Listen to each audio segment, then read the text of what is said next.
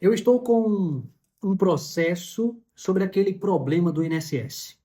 Lembra aquele escândalo de corrupção que surgiu recentemente e que milhares de brasileiros ficaram em prejuízo e que envolvia INSS e associações com descontos indevidos implantados em aposentadorias, benefícios, auxílios de diversas pessoas no Brasil. Eis aqui uma decisão, diga-se de passagem, extremamente absurda, que distorce e é totalmente desproporcional ao caso concreto. Bem, eu vou fazer a leitura dessa decisão, do julgamento do próprio tribunal, mas para que você entenda, aqui trata do desconto indevido, fraudulento do INSS e uma associação. A associação implantou desconto na aposentadoria da minha cliente, sem autorização, sem consentimento, sem nada. E aí nós ajuizamos uma ação na seção judiciária, na Seara Federal do Rio Grande do Norte.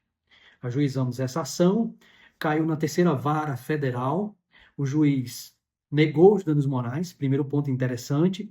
Subimos para o tribunal também negou os danos morais.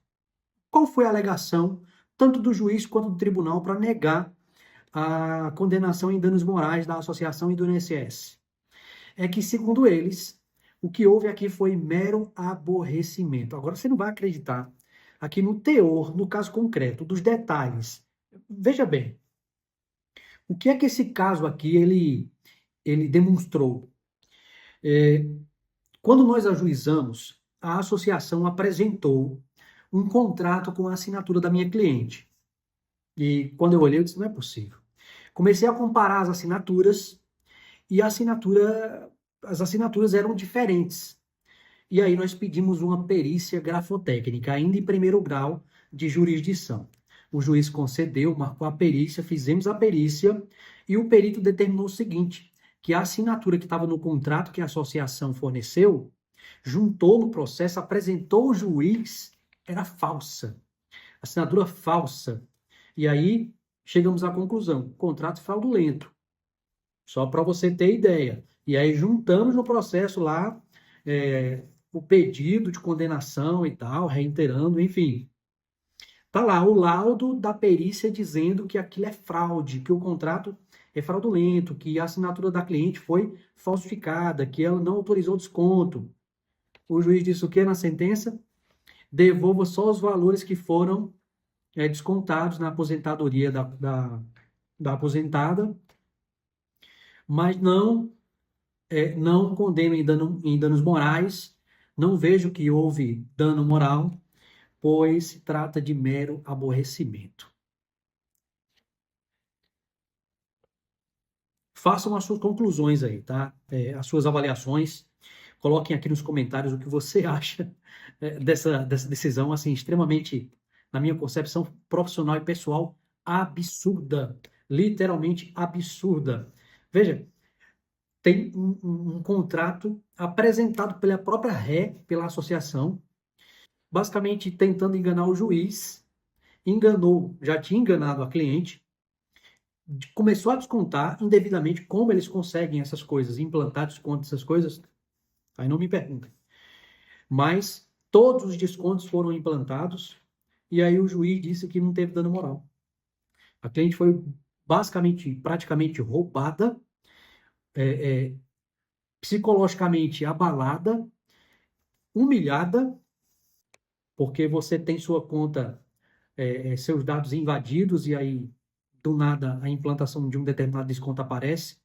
Para uma pessoa que recebe um salário mínimo e o juiz diz que houve apenas mero aborrecimento. Isso é de uma insanidade sem tamanho. E aí, esse processo ele foi para o tribunal, nós recorremos em relação aos danos morais e o tribunal entendeu a mesma coisa. Disse que não teve dano moral, foi apenas mero aborrecimento. Olha só o que o tribunal diz aqui. A responsabilidade objetiva das recorridas foram devidamente analisadas pelo juízo ACO, o juízo de primeiro grau, tá? Tendo sido afastada a configuração dos danos morais. Foi afastada. De fato, constata-se nos autos que até a data do ajuizamento do presente feito, houve desconto de somente, isso não são palavras minhas não, são palavras dos juízes que julgaram o caso no segundo grau de jurisdição, de somente 6 mensalidades. Não tem problema, né? Foi fraudado e descontado só 6 mensalidades, não tem problema nenhum, né? E aí, trata-se de mero aborrecimento não indenizável.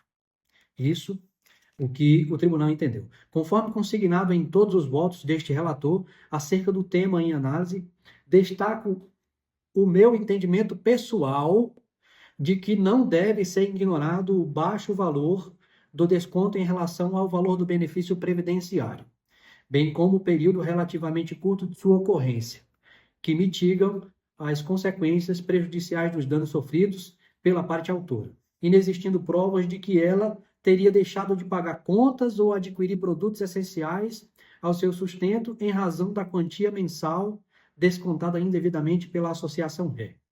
Na minha concepção, parece que na decisão, esses profissionais, juízes, desembargadores, eles não analisam que essa pessoa sobrevive com um salário mínimo.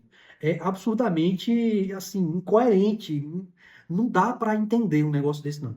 Você tem um salário mínimo, aí você tem um desconto de 60, muitas vezes 70, 80 reais, 40 reais, e para eles esse valor não faz diferença, mas para uma pessoa como a nossa cliente, que recebe um salário mínimo, R$ 1.580, às vezes até um pouquinho mais, às vezes até um pouquinho menos, porque tem empréstimos legais que ela mesma fez, isso faz toda a diferença.